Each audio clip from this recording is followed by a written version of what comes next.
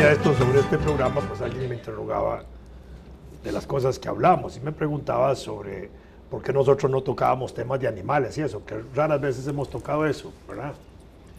Y yo le dije que podía ser, y se me vino a la cabeza una escena que me pasó a mí, siendo yo decano de la Facultad de Ciencias Sociales de la Universidad Nacional en la década del 80, cuando como decano había una queja de que en la Escuela de Economía, en el aula de la escuela, en una de las aulas de la Escuela de Economía, un estudiante asistía con un perro a clases, ¿verdad?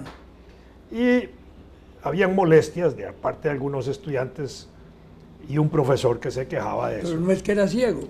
No, Okay. no era ciego. Sí. Y entonces ya como a la tercera vez que se quejan, y ahí me obligan a mí a ir al aula, ¿verdad? Y efectivamente voy yo un día al aula y veo al estudiante que llega con su perrito, ¿verdad? Repito la escena 3 ocasiones para ver si el perro molestaba. Y el perro, lo confieso que el perro llegaba a la par del estudiante. El estudiante se sentaba en primera fila. Ajá. No se sentaba atrás, en primera fila. El perrito se sentaba a la par de él, ¿verdad?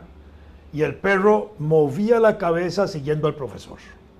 Si el profesor se iba a la derecha, el perro movía la cabeza a la derecha, lo iba siguiendo al centro, lo dirigía a la izquierda. Si el profesor se iba para atrás, el perro giraba y se quedaba viendo al profesor. Era mejor estudiante que el estudiante. No solo eso, yo llegué al convencimiento de que el perro ponía atención.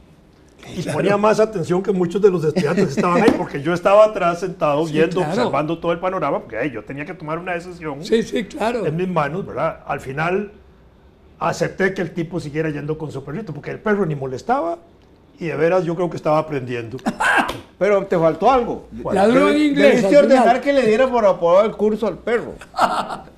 Bueno, esta parte sí me ocurrió, porque no me dijeron si hacía exámenes o no, pero de todas maneras yo estoy convencido de que ese perrito ponía más atención en clases que de inglés, muchos de los estudiantes que estaban ahí sentados. En clases de inglés salía ladrando inglés. Pero en la Universidad de Costa Rica, en la época en que yo era decano de la Facultad de Ciencias, pasó lo contrario. La queja fue la siguiente: había un profesor, fue el único profesor que le daba una trompada al rector, y el rector era yo. Entonces, pero eso fue muchos años después. En ese momento... ¿Te dieron una trompada? Ahora te cuento eso porque, claro, ese profesor tiene que haber... Bueno, no, porque pobrecito, él era una persona que entró en una crisis de un cierto tipo, y no. Pero en ese momento ocurrió que lo primero que me hicieron era que, para burlarse de los estudiantes, él llevaba el perro y lo ponía en un taburete arriba, así. Se llamaba Pascal, el perro. Y entonces él, para decirle a los estudiantes que eran brutos, y entonces Pascal, con este teorema, queda demostrado, se dirigía a Pascal como si fuera Pascal el que estaba recibiendo. Esa es la primera. La segunda, ya fue seria, porque había llevado un gato y borraba la pizarra con el gato. Como si fuera un trapo. Exactamente, entonces, claro, ahora sí. Y era un gato peludo. Por supuesto. Ah, bueno, porque hay gatos de poco pelo. Un gato calvo. Ahora que están... No era un angora, ni esos gatos. Pero de animales, esas dos. Óyeme, es que me estaba acordando, no, pero es interesante eso, que limpiaba la pizarra con el gato. A mí me dio clases de matemáticas don Mario Fernández Alfaro. A mí también. Ah, bueno. Y don Mario... Qué viejazo. Sí, viejazo. Una maravilla. Ahora entiendo, ahora los entiendo. Pero don Mario era el hombre más desordenado. Estaba con el borrador y se lo ponía aquí, se llenaba de tiza. De repente cogía la tiza y se la fumaba. Y se le hacían unas manchillas blancas en los fisuras de los labios. Un desastre. Era un buen profesor. Y todo el mundo se moría de risa. No, que no se consiguen así. Claro, ya no los hacen. No, pero con animales. Pero venía de Francia. Don Mario fue de la camada aquella de europeos que vinieron. Claro. Sí que No, yo iba a hablar de él, yo no podía haber sido alumno de él por ubicación geográfica. Pero ¿cómo te dio? Cuando a vos te dio ya estaba agonizando. No, me dio en el San Francisco en los años 60. ¿Cuántos años tenía don Mario?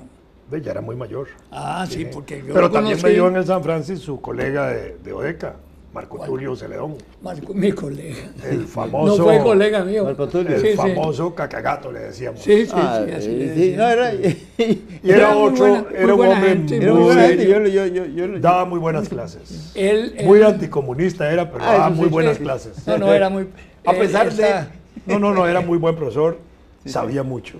Sí. Sabía mucho. No, yo lo conocí bien, en la Odeca, era muy él una fue buena persona. Después de, no recuerdo, después de Trabanino fue él, y después vino el doctor Román y Vega, y después vine yo. Es decir, hay un paréntesis histórico enorme entre uno y otro. Había un famoso profesor de química, Indalecio Sáenz. Ese nunca me dio clases a mí, obviamente Sí, que no. yo el famoso, Pero- y a mí tampoco. Don Indalecio era profesor del Liceo de Costa Rica. Sí, claro. Famoso. Y hay una anécdota de él buenísima. De las Valencias. Que un día lo llaman allá en los años 50 por teléfono a la casa en la madrugada. Sí. A la casa. Y entonces, ¿aló? ¿Quién habla? Don Indalecio Sáenz. Mire, don Indalecio, le dicen un estudiante. Es que aquí estamos en Azoa Palas en una discusión de si Indalecio se escribe con H o sin H. A las 4 de la mañana. Entonces dice don Indalecio, no hay muchacho problema, no hay ningún problema. Indalecio se escribe sin H, pero hijo de puta con H. Muy de él. Claro, sí. Yo lo veía caminar ahí por el barrio Vasconia. Sí. Y siempre, y lo saludaba. Yo lo saludaba, chorrito de don saliva Indalecio, en los pero labios. nunca fue profesor Él mío. se sentaba, estaba hablando de las Valencias. Entonces, primero los símbolos y después, entonces se sentaba y llamaba, trigueros, agárreme el pie izquierdo, sentado. El triguero le agarra. Fulano, agárreme el pie derecho. Y después las manos, y entonces empezaba a explicar las Valencias del Canadá. Sí, claro. Sí. Y La famoso tetravalencia de carbono. que dije yo trigueros, porque ese era tremendo. Y fue de veras, trigueros, agárremela. Y le agarra la pata izquierda y casi se mata, lo jaló. Lo jaló. Cayó. Y cuando pusieron el primer timbre en una casa en San José, que fue en aquella casa que quedaba, creo que era 50 varas al norte ahí del Teatro Variedades, en esa casa bonita que hay ahí, que era de un doctor. Y pusieron un rotulillo afuera que decía, por favor, toca el timbre. ¿Verdad? Y estaba el timbre. Claro, Entonces llegaba el Cholo Obregón, Miguel Obregón Loría, ¿verdad? Sí. Y se pegaba en el timbre. Y salía el viejillo bravo, ¿ah? Dice, el timbre. Dice, no, pues es que aquí dice, por favor, toca el timbre. Ese era otro gran profesor de cosmografía. El Cholo Obregón, claro. No, Rafael Obregón. Rafael, sí. No, pero no el Cholo era Miguel, el hermano. Miguel, claro, Rafael. El que, sí. Es que yo tenía No, de Miguel hay una anécdota buenísima. Como él era hijo de un ministro también de educación, de don Miguel Obregón Lizano, ¿verdad? En un viaje que hace en tren a Limón, él va en el tren principal, en el vagón carro, principal, sí. ¿cómo se llama? El cabús. No, el de lujo, sí, el de lujo. presidencial. Y él va sentado y en eso entra al carro presidencial, Carlos María Jiménez Ortiz, que era ministro. Y el Cholo Obregón, que lo conocía, ¿verdad? Saca un puro y empieza a echarle humo en la cara. Y el viejillo Carlos María Jiménez, indignado, pero no decía nada más sacaba una tarjeta que le decía ministro Carlos María Jiménez, y el Cholo guardaba las tarjetillas y le iba echando humo de aquí hasta Turrialba. En eso, cuando pasó el tiquetero del tren, ¿verdad? El ministro le dice, mire, yo soy el ministro Carlos María Jiménez, no sé cuánto, y este hombre viene echándome humo. Entonces el tiquetero increpa al Cholo. Y entonces Miguel saca una de las tarjetas que le había dado el ministro y se la da. Y entonces dicen que bajaron al ministro en la siguiente estación porque se le habían acabado las tarjetas. Eso no está. Ahora, para el cliente tuyo... Creo que es el papá Cholo de Carlos Obregón, el del gerente del ICE. Sí. Para el cliente tuyo que quería que habláramos de animales. Así. No.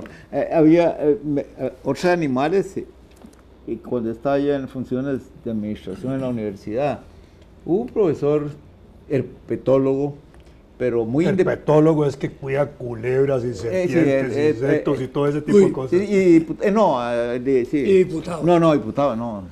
Es que hay algunos diputados que son como serpientes. Entonces resulta herpetopología. Va a una reunión en la India, o quiere ir a una reunión de su especialidad en la India, pero fuera del circuito, digamos. Él quería ir por su cuenta y logró que Daniel Oduber le consiguiera los medios. Entonces, se fue por la vía independiente. No era algo de la universidad propiamente, pero se fue. Y claro, muy respetado en su campo él. Cuando regresa no entendimos nunca cómo diablos pasó, pero se traía un animal, una serpiente de la India, venenosa. Y entonces, claro, era preocupante porque, bueno, ¿cómo es esto? Y habrá los sueros, pero ahí era muy difícil entenderse con eso porque él era muy irascible y todo. Un día, siendo yo rector, paso cerca de su laboratorio y veo un grupo de gente alrededor de algo así, todos alejaditos, y era que él estaba alimentando el animal aquel afuera con pequeños roedores, ¿verdad? Entonces, los diablos, y yo todavía más preocupado, ¿verdad? ¿Y ahora qué hacemos, verdad? Pero siempre esperando que no hubiera problemas, creyendo que habría cuidado. Bueno, pasan unos meses y un día otra vez me toca, porque yo chancleteaba mucho en la universidad. Es decir, a mí no había que soguearme porque yo andaba en el extranjero, como le pasa a muchos rectores que conozco. Y resulta que... Pero no viajaba más que la ministra. No, pero algunos rectores viajan más que ella. Es que los periodistas no se quieren meter con la universidad. Porque mi ministra no es. Pero fíjate que entonces veo movimiento ahí por el lado de medicina y agitación. Y entonces es que ahí por el lado de medicina es donde cultivaban los ratones, donde los procreaban. Bueno, por ahí tenía ese señor Eduardo, sus alimentos para la... No, el lugar donde guardaba sus animalejos. Que no era que es que lo que más me preocupaba era eso, no era en el Instituto Clodomiro Picado. Era independentoso el señor. Entonces, cuando veo aquello y vi que había multitud. Sí, pues pregunté por si acaso, y entonces uno de los muchachos, que era un conserje, que andaba con un varejón y un gancho. Y una cosa como esas que se usaban para cazar mariposas. Sí, sí. Y entonces le digo, ¿qué pasó? Dice, no, que es que al doctor fulano se le escapó la serpiente. Entonces, claro, ahí se acabó. Imagínate. A propósito del timbre. Yo tenía una culebra. Yo tuve una culebra larga. Sí, fue la que llevó tu señora o tu mamá. Pero yo la llevaba a alimentar allí en la escuela de medicina. Bueno, claro. Pero era boa. Una boa, claro. Pero es que no era venenosa, la tuya no era venenosa. No era venenosa, ella era bien mansa, verdaderamente. Y yo la llevaba... ¿Fue la que se ganó un premio? Tu esposa, ¿verdad? No, mi mamá. Tu mamá. Y yo la llevaba a alimentar a la escuela de medicina, y había un biólogo, Eduardo, que tenía otra culebra igual, y entonces él me ayudaba a llevarme los ratones. Procrearon. No, es interesante porque esos ratones, siguiendo el cuento de los animales, esos ratones de laboratorio, como son por generaciones de generaciones y por casi décadas que se han sido nacidos en laboratorios, pierden el miedo. Es decir, no tienen el miedo natural, ancestral. Entonces, cuando veían una culebra, pues se le pasaban por encima y tal. Y si la culebra no tenía hambre, pues no se los comía. Si tenía hambre, pues ahí iban cayendo uno tras otro. Y ellos lo único que quedaban, los ratoncillos, era como así, como sorprendidos de que iban desapareciendo los ratones, pero no les daba miedo, ¿verdad? No tenían el temor natural a ser comidos porque nunca habían sufrido eso. Sí, sí, claro.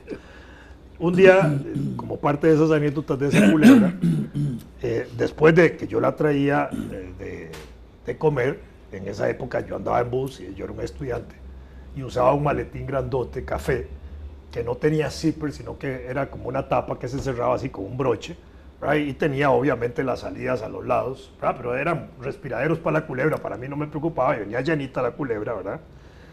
Y en eso, yo subo al bus de San Pedro San José, ¿verdad?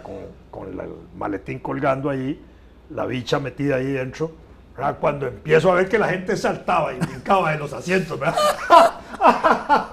Porque la culebra sacó la cabezota por uno de esos huecos extremos del maletín.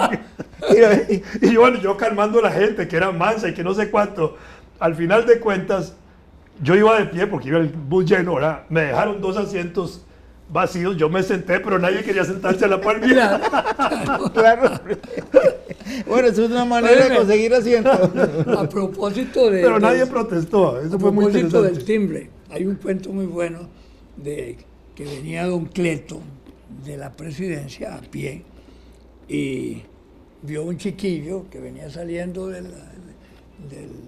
la escuela Buenaventura Corrales y no alcanzaba a tocar el timbre. Y entonces don Cleto, así, y tocó el timbre. Le dice, ahora corramos porque aquí echan agua caliente.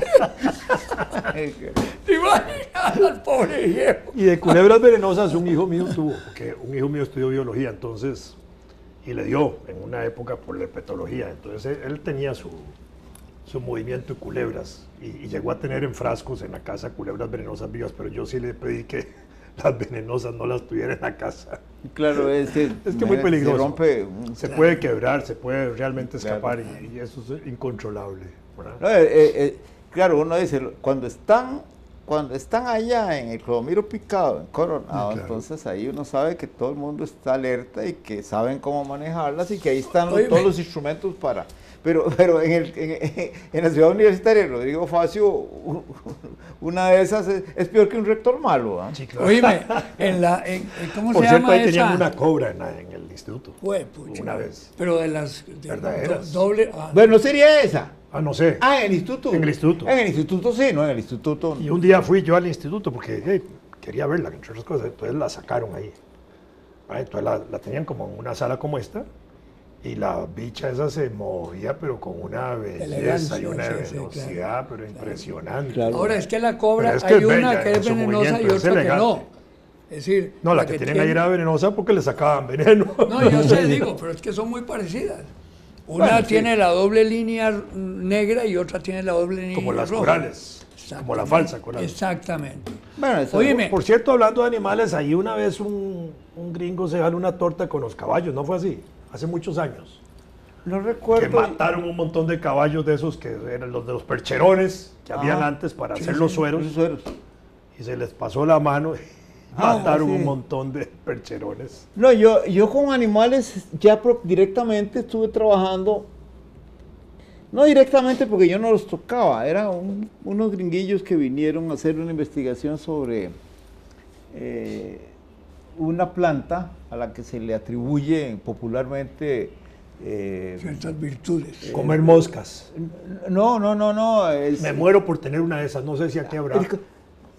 Pero si crecen mucho, comen gente. Para mandar un regalo bien bonito. ¿Qué era lo de las plantas tuyas? No, era simplemente eso que llamamos manzana rosa, que se le atribuye la propiedad de hipoglicemiar, para decir algo, para que la diabetes. Parece que sí, muy sabrosa. Y parece que, bueno, y a un aroma. Sí. Pues resulta que siguiendo esa pista, estos gringuillos se vinieron a hacer un stage, como dicen a la abuela, que a mí me tocó, pues, dirigirlos en el laboratorio, es decir, más que dirigirlos, pues estar con ellos para dar la pinta de que un profesor de la universidad les estaba atendiendo. Bueno, era una atención. Ellos usaban extractos de las distintas partes de la planta y a mí me interesaba eso mucho, puesto ello no era diabético, pero me interesaba porque conocía mucha gente diabética y efectivamente con conejos.